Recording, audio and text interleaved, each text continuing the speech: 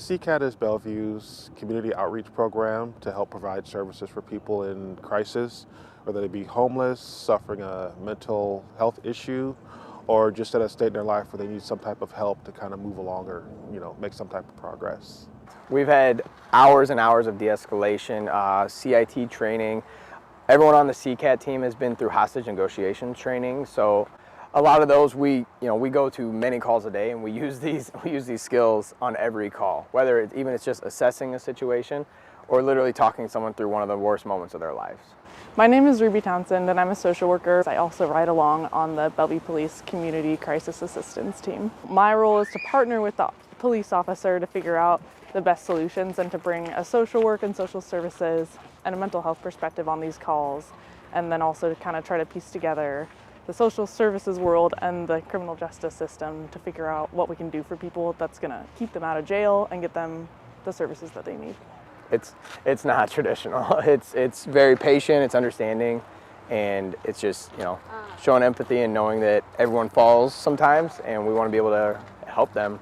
Those that fall, we don't want them to not get the help or feel isolated. The sheer number of people we've been able to contact, the load that we've taken off of patrol, because a lot of times these calls, they can't be solved in that one contact. It takes repeated, ongoing, work with people to get them to a better position so that they're not a repeat offender or a repeat user for our services or things like that, and that we help them through that progress to get their lives turned around, to get in a better position with their own safety, their own health, and their own well-being. I think that time is one of our most valuable resources, because when first responders go out on calls, they can only be there for as long as it takes to figure out if a crime has been committed or if there's a medical emergency, but they have to keep going to their higher priority calls. And, as you've just seen today, these calls can take hours, and it takes a lot of coordination between a lot of different agencies and providers and different professionals, even just to help a person move from one place to the next.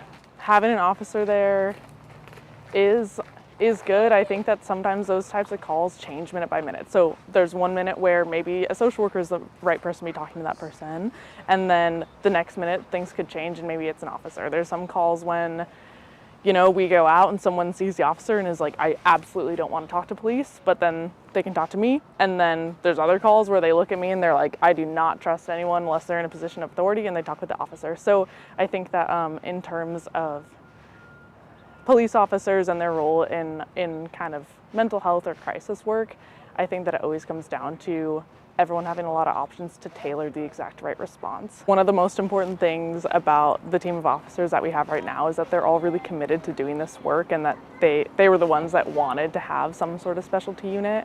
I think that it's really hard to help people if your heart isn't really in it, and that's what these officers have. Is they have the heart, they have compassion and patience, and this is truly the type of police work or work that they want to be doing.